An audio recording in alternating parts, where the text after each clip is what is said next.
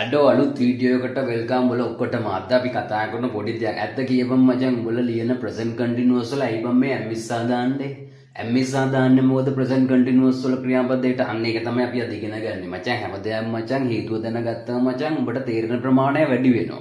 ඒ නිසා කටපාඩම් කරන්න එපා හේතුව දැනගනි. මචං මෙන්න මෙහෙම. දැන් උඹලා මචං present continuous හදනකොට ඔයා දන්නෝ ක්‍රියාපදේ මොන ස්වරූපෙද ගන්නෙ කන්ටිනියුස් වලට ගන්නෙ ක්‍රියාපදේ ing verb එක. ඒ නිසා දැන් මේ go කියන verb එකේ ing එක අරගෙන තමයි උඹලා කන්ටිනියුස් ලියන්නේ. හරිනේ මචං? හරි. right. නමුත් අපි මචං I going, she going, we going කියන්නේ නැහනේ. ඇයි ඇම්මිස්සා එක්කනේ යන්නේ මචං present continuous. ඇයි බං එහෙම යන්නේ? අන්න ඒක තමයි පැහැදිලි කරගන්න මචං. මෙන්න මේමයි මචං. හරිය. දැන් ඉංග්‍රීසියේ subject එකෙන් පස්සේ උඹ verb එක ලියනනේ. දැන් present continuous verb එක තමයි අපි ලියන්න යන්නේ.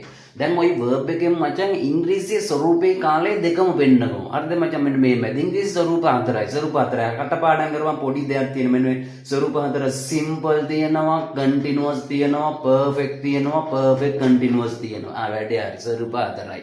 හරිනේ මචං? හරි. right. ඊට පස්සේ මචං කාල තුනක් තියෙනවා. දන්නනේ මචං දැන් ගෙවෙන්නේ මොන කාලෙද? වර්තමානයේ present. ගෙවල ඉවරුනේ මචං අතීතේ past. ගෙවන්න තියෙන ඉස්සරහට මොකද්ද? future එක අනාගතය යන්න හරි මචං අනාගතය. අන්නේ විදිහට යමු. හරිනේ මචං? එහෙනම් ස්වරූප හතරයි කාල තුනයි පෙන්වන්න ඕන. අන්න ස්වරූප හතරයි කාල තුනයි.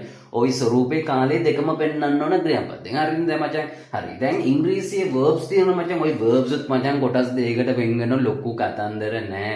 පොඩි වචන දෙකක් finite non finite කියලා බෙදා ගන්න මචං. finite කියලා කියන්නේ මචං ස්වරූපයයි කාලේ දෙකම පෙන්වනවා නම් verb එකක ස්වරූපයකින් අපි එක finite කියලා හඳුනා ගන්න. උදාහරණයකට මචං මේ වෙන්ට් ගනින් මෙන්න මේ වෙන්ට් ගනින් ගෝගේ අතීත පදේ උට පුළුවන් මචං වැඩ දෙකම කරන්න. මොකද්ද උට පුළුවන් ස්වරූපේ කාලේ දෙකම කියන්න. ඌ කියන ස්වරූපේ මචං simple. ඌ කියන කාලේ මචං past. අන්න මචං එහෙනම් ඌ සම්පූර්ණයි. නමුත් මචං මේ ing verb තියෙනව නේද මචං? අන්න උට බෑ මචං කාලය කියන්නේ. ඒ කියන්නේ going එකෙන් කියවෙන්නේ නෑ මචං ක්‍රියාව සිදු වෙන්නේ වර්තමානද අතීතද අනාගතද කියලා මචං. මචං හරිද මචං?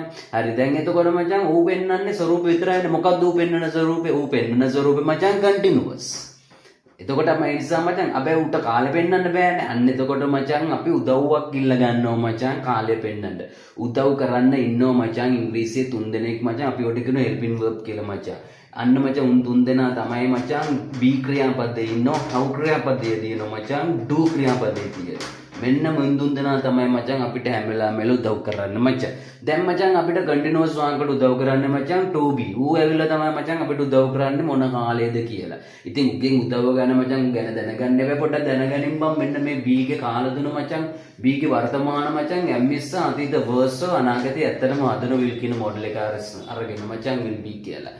අනාගතේ හදන මචං. හරි right will be කියලා. දැන් මචං ඔන්න කාල දුන මචං. අන්න එතකොට මුන් ඇවිල්ලා තමයි මචං කාලය කියන්නේ මචං.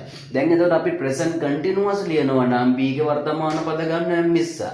අන්න එනම් මචං හරියට ක්ලියර් කරගනින් present continuous වල ing verb එකෙන් continuous පෙන්නනවා ඇම්මිස්සා වලින් present පෙන්නනවා. අන්න ඒ විදිහට තමයි මචං present continuous හදන්නේ. එනම් මට මචං ඊළඟ එක නිකන් මැවිලා පෙන්න ඕන. මොකද්ද මැවෙන්න ඕන? මැවෙන්න ඕන මචං past continuous නම් කාලෙ පෙන්නන්නේ B නේ. එනම් B ගේ වර්තීත පද තමයි කියන්නේ verse. එහෙනම් ඇම්මිස්සා වෙනකොට verse දැම්මොත් continuous ම තමයි. හැබැයි මොන කාලෙද අතීතේ. එහෙනම් will be දැම්මොත් continuous ම තමයි මචං. හැබැයි future. එහෙනම් ඇම්මිස්සා තිබ්බොත් continuous මොන continuous ද මොන කාලෙද present continuous.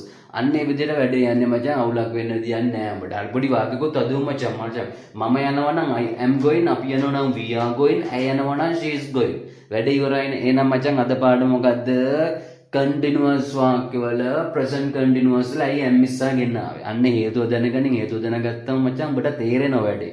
හරිනේ? මේ පාර ඉංග්‍රීසි ටික ඔක්කොම කොට දානවා මුලින් ඉඳලා අනේ මචං අපි පිළිවෙලට යමු මචං. ඉතින් පොඩ අල්ලගමු. සෙට් වෙන්න බෑ. හරි ඉස්සරහට සෙට් වෙමු. තව වීඩියෝ එකකින් thank you මචං අපි ගියා.